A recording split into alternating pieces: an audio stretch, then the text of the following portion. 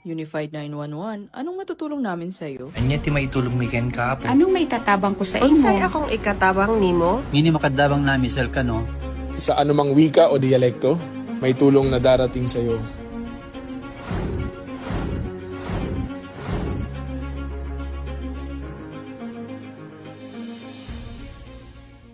Lilingkod sa bawat Pilipino at magbibigay ng tamang impormasyon para sa tahimik at maayos na Pilipinas. Police News Network, alagad ng batas, tagapagtaguyod ng balitang pulis, sandigan ng mamamayan, patnubay ng katotohanan. La Campo Crame, maghahatid ng pinakahuling kaganapan at nagbabagang balita. Ito ang PNN Police News Network. At ngayon, ang inyong mga tagapagbalita.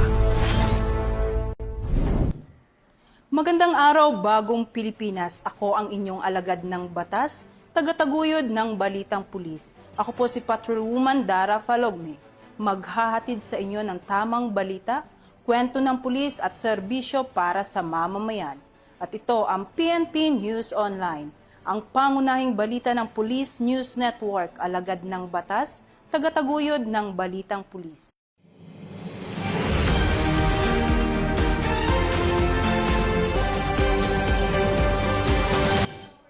Narito ang mga balitang hatid ng ating PNN correspondents mula sa iba't ibang panig ng bansa.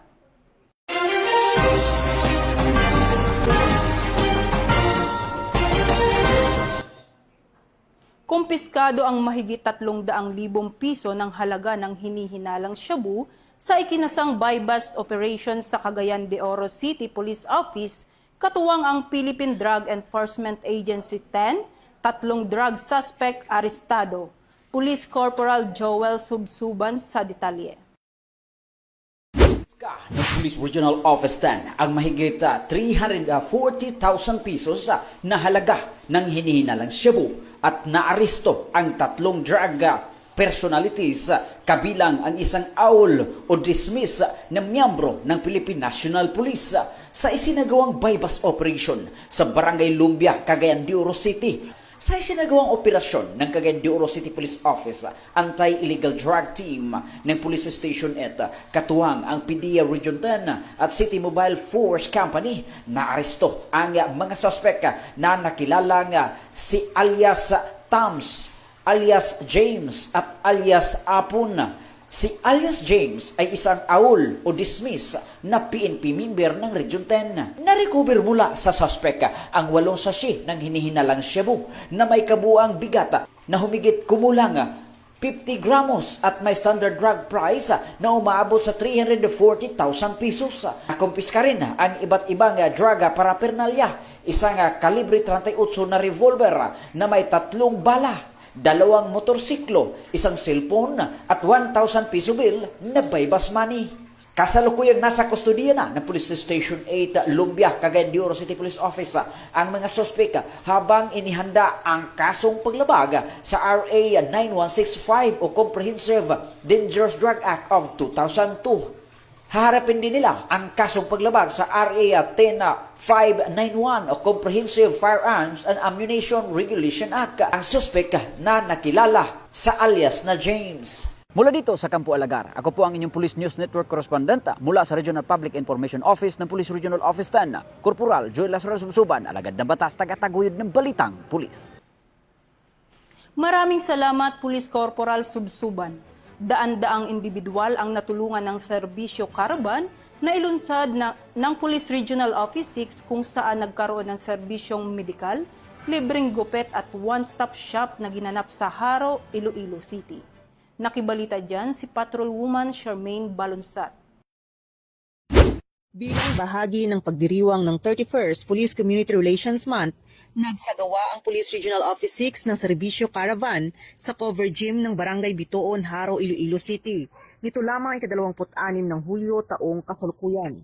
Layunin ng aktibidad na mailapit sa mamamayan ang mahalagang serbisyo ng pamahalaan sa pamamagitan ng pagbibigay ng libreng serbisyong medikal at dental na pinangunahan ng Regional Medical and Dental Unit 6. Bilang bahagi ng aktibidad, naghatid din ang mga kapulisan ng libreng gupit at serbisyo sa pagkuha ng National Police Clearance. Hatid din ng nasabing caravan ang one-stop shop kung saan maaaring mag-avail ng serbisyo mula sa PhilHealth, Social Security System, Philippine Postal Corporation, Philippine Statistics Authority, TESDA, Adventist Medical Team Iloilo Chapter at Department of Health. Pinangunahan ang programa ni Acting Regional Director, Police Brigadier General Randolph P. Tuanyo, na kinatawanan ni Police Colonel Jerome D. Apuyog Jr., Chief of the Regional Staff, na binigyang diin sa kanyang mensahe ang kahalagahan ng pagpapatibay ng ugnayan sa mga komunidad upang makamit ang tunay na kapayapaan at kaayusan. Patuloy na pinapalakas ng Police Regional Office 6 ang pakikipag-ugnayan sa komunidad sa pamamagitan ng paghahatid ng mga pangunahing serbisyo ng pamahalaan bilang bahagi ng adhikaing isulong ang responsive, trusted at transformative policing tungo sa mas ligtas at mapayapang Western Visayas kasabay ng pagsulong sa bisyon ng PNP na bagong PNP para sa bagong Pilipinas, serbisyong mabilis, tapat at nararamdaman. Mula dito sa Western Visayas, ako ang inyong PNN correspondent, Patrolwoman Charmaine Balunsat, alagad ng batas, tagataguyod ng Balitang Pulis. Maraming salamat, Patrolwoman Balunsat. Chief PNP Police General Jose Melencio C. Nartates Jr. nanguna sa isinagawang closing ceremony ng IED Threat and Security Symposium sa Crimson Boracay, Malay, Aklan. Tinutukan niya ni Patrolman Adrian Dayao. PNP Chief Police General Jose Melencio Nartates Jr. ang kahalagahan ng mas matibay na koordinasyon at intelligence sharing upang matugunan ang mga nagbabanta sa seguridad. Sa kanyang mensahe sa closing ceremony ng Improvised Explosive Device Threat and Security Symposium na ginanap noong Hulyo 31 sa Boracay Island, Malay, Aklan na dinaluhan ng mga opisyal ng PNP at iba pang ahensya ng pamahalaan, mga kinatawan mula sa Australian Federal Police at Federal Bureau of Investigation. Lumuhok sa symposium ang 35 kalahok mula sa iba't ibang law enforcement agencies at international partners upang talakayin ang intelligence bomb threat management, terrorism financing, emerging technologies at mga banta ng improvised explosive device. Ayon sa PNP, bahagi ang aktibidad ng pagpapalakas ng intelligence-driven policing, interagency cooperation at international partnership sa ilalim ng programang Bagong PNP para sa Bagong Pilipinas, serbisyong mabilis, tapat at nararamdaman. Mula po dito sa tanggapan ng Pambansang Pulisya ng Pilipinas, ako po si Patrolman Adrian Dayao nagpapalita para sa Police News Network, alagad ng batas, tagataguyod ng Balitang Pulis. Maraming salamat, Patrolman Dayao. Gawad kaagapay ng Police Community Affairs and Development Group 2026, matagumpay na isinagawa sa Campo Crame kung saan kinilala ang mga natatanging kaagapay sa pagpapatatag ng ugnayan ng PNP at komunidad. Yan ang aking balitang tinutukan. Pugay at pagkilala sa mga natatanging kaagapay sa pagtataguyod ng matatag na ugnayang PNP at pamayanan, ipinagdiwang ng Police Community Affairs and Development Group ang anibersaryo sa bulwagang Lapu-Lapu Camp Brigadier General Rafael T. Crame, Quezon City. Dumalo bilang guest of honor and speaker si Philippine Information Agency Director General Catherine Chloe S. Di Castro, kasama ang mga opisyal at personnel ng PNP, institutional partners at iba pang katuwang ng PKG sa pagsusulong sa mga programang pangkapayapaan at pangkomunidad. Pinangunahan ni Police Brigadier General Vina H. Guzman, Direktor ng PKG, ang pagdiriwang sa pamamagitan ng kanyang anniversary message, kung saan binigyang halaga ang sama-samang pagsisikap ng mga personnel, partner institutions at pagpapatatag ng ugnayan ng PNP at ng publiko. Maraming salamat po sa PKG for inviting me here. Sobrang nag-enjoy po ako. Hindi ko na-expect na isa talagang malaking komunidad na pala ito. And at the same time, congratulations po sa lahat ng mga awardees, sa lahat po ng mga binigyan ng mga recognition. And sana next year makabalik ulit ako kasi talaga nag-enjoy ako. Congratulations at maraming salamat. Higit sa isang selebrasyon, sumasailalim ang anibersaryo sa mahalagang papel ng PKG bilang tulay ng PNP tungo sa mga pamayanan sa pamamagitan ng community engagement, public information initiative, partnerships, at iba pang programang naglalapit sa kapulisan sa mamamayan, patuloy nitong isinusulong ang isang uri ng policing na nakabatay hindi lamang sa pagpapatupad ng batas, kundi sa pakikinig, pakikipag-ugnayan at pagtugon sa pangangailangan ng publiko. Bilang pagkilala sa sama-samang ambag na ito, pinarangalan ang mga natatanging personnel, institutional partners at mga individual na naging mahalagang katuwang ng PICAG sa pagpapatupad ng mga programa at gawaing pangkomunidad. Iginawa din ang mga espesyal na parangal mula sa PNP Officers Ladies Club, gayon din ang partners NGOs ng PICAG, katuwang nito sa pakikipag-ugnayan sa komunidad. Binigyang kulay naman ng PICAG Dance Fitness Team ang pagdiriwang sa pamamagitan ng isang intermission number. Sa loob ng 34 na taon, nananatiling mahalaga ang ambag ng Police Community Affairs and Development Group sa paghubog ng isang kapulisan na mas malapit, mas bukas at mas tumutugon sa komunidad. Isang ugnayang nagsisilbing pundasyon ng mas ligtas, mapayapa at nagkakaisang pamayanan. Mula dito sa bulwagang Lapu-Lapu sa Campo Crame, ako ang inyong PNN correspondent, Patrol Woman Dara Falogme, alagad ng batas, tagataguyod ng balitang pulis. Bagong PNP para sa bagong Pilipinas, serbisyong mabilis, tapat at nararamdaman.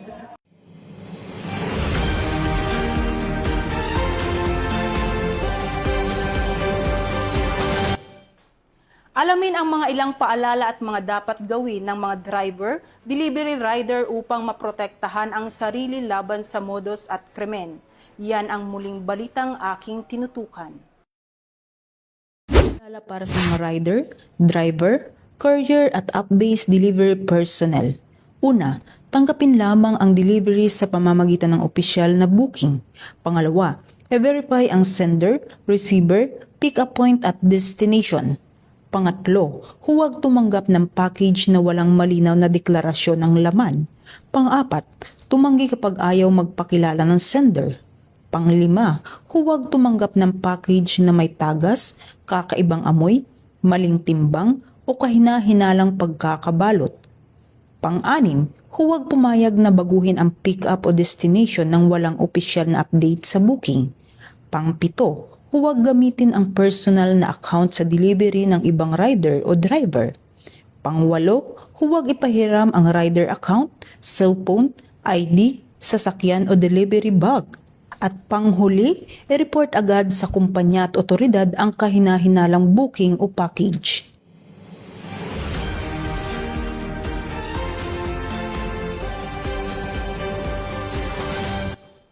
Sa patuloy na programa ng pamahalaan kontra insurgency, voluntaryong sumuko ang 5 miyembro ng Communist Terrorist Group sa magkakahiwalay na operasyon ng Philippine National Police at Armed Forces of the Philippines sa Eastern Visayas mula July 25 hanggang July 28, 2026. Muling magbabalita dyan si Patrolman Adrian Dayao. Sumuko ang 5 dating miyembro ng Communist Terrorist Group at Unit Militia sa magkakahiwalay na operasyon ng Philippine National Police at Armed Forces of the Philippines sa Leyte, Eastern Samar at Northern Samar mula Hulyo 25 hanggang 28. Kabilang sa mga sumuko ang 4 na dating miyembro ng CTG at isang Unit Militia member. Sa Eastern Samar, itinuro pa ang isa pang surrenderer ang pinagtataguan ng mga pampasabog at iba pang kagamitan. Samantala, isang dating rebelde sa Leyte ang nagsuko rin ng isang kalibre .38 revolver at mga bala. Ayon sa PNP, sasailalim ang mga surrenderer sa dokumentasyon at para sa posibleng pagpasok sa Enhanced Comprehensive Local Integration Program o ECLIP. Binigyan diin ni PNP Chief Police General Jose Melencio Nartates Jr. na patunay ang mga pagsukong ito ng lumalakas na tiwala ng mga dating rebelde sa mga programa ng pamahalaan para sa kapayapaan. Hinihikayat din niya ang iba pang miyembro na talikuran ang karahasan at samantalahin ang pagkakataong makapagsimula ng bagong buhay kasama ang kanilang pamilya. Mula po dito sa tanggapan ng Pambansang Pulisya ng Pilipinas, ako po si Patrolman Adrian Dayao nagpapalita para sa Police News Network, alagad ng batas, tagataguyod ng balitang pulis.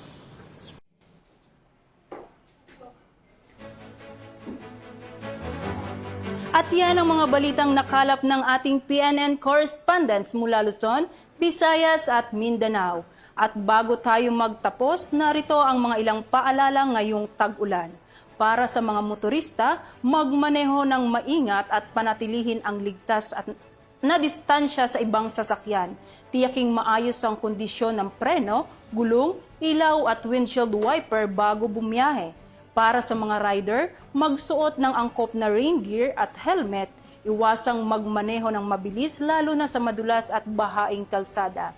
Iwasang tumawid sa malalim at rumaragasang baha. Huwag ipagsapalaran ang kaligtasan kung hindi tiyak ang lalim ng tubig. Manatiling malayo sa mga bumabagsak na puno, poste at gawad ng kuryente. Agad na iulat sa kinaukulang otoridad ang anumang panganib sa inyong lugar. Manatiling updated sa mga abiso ng pag-asa, lokal na pamahalan at iba pang otoridad tungkol sa lagay ng panahon at mga posibleng evacuation o road closure. Tandaan, sa panahon ng tag-ulan, ang pagiging handa at mapagmatyag ay susi sa kaligtasan. Unahin ang kaligtasan sa bawat biyahe at sa bawat pagkakataon. Para sa mas malawak at mabilis na ulat ng mga balita, huwag kalimutang mag-like, follow and share sa aming official social media accounts ng Police News Network. Tutok lang sa aming YouTube channel para sa mga live stream at replays. At ipollow kami sa X account para sa mga real-time updates at Facebook account ng Police News Network. Manatiling mapagmatyag at laging alamin ang totoo. Sa ngalan ng pamunuan ng Philippine National Police sa pangunguna ni Chief PNP Police General Jose Melencio Nartatis Jr. at sa pamumuno ni President Ferdinand Bongbong Marcos Jr., kami ay maglilingkod sa bawat Pilipino at magbibigay ng tama at balansing balita. Mula rito sa tanggapan ng tagapag-ugnay ng Pambansang Pulisya, kami ang inyong alagad ng batas, tagataguyod ng Balitang Pulis. Ako ang inyong tagapag-ugnay, Patrolwoman Dara Falogme. Maghahatid ng tamang balita, kwento ng pulis at serbisyo para sa mamamayan. At ito ang PNP News Online, bagong PNP para sa bagong Pilipinas. Serbisyong mabilis, tapat at nararamdaman.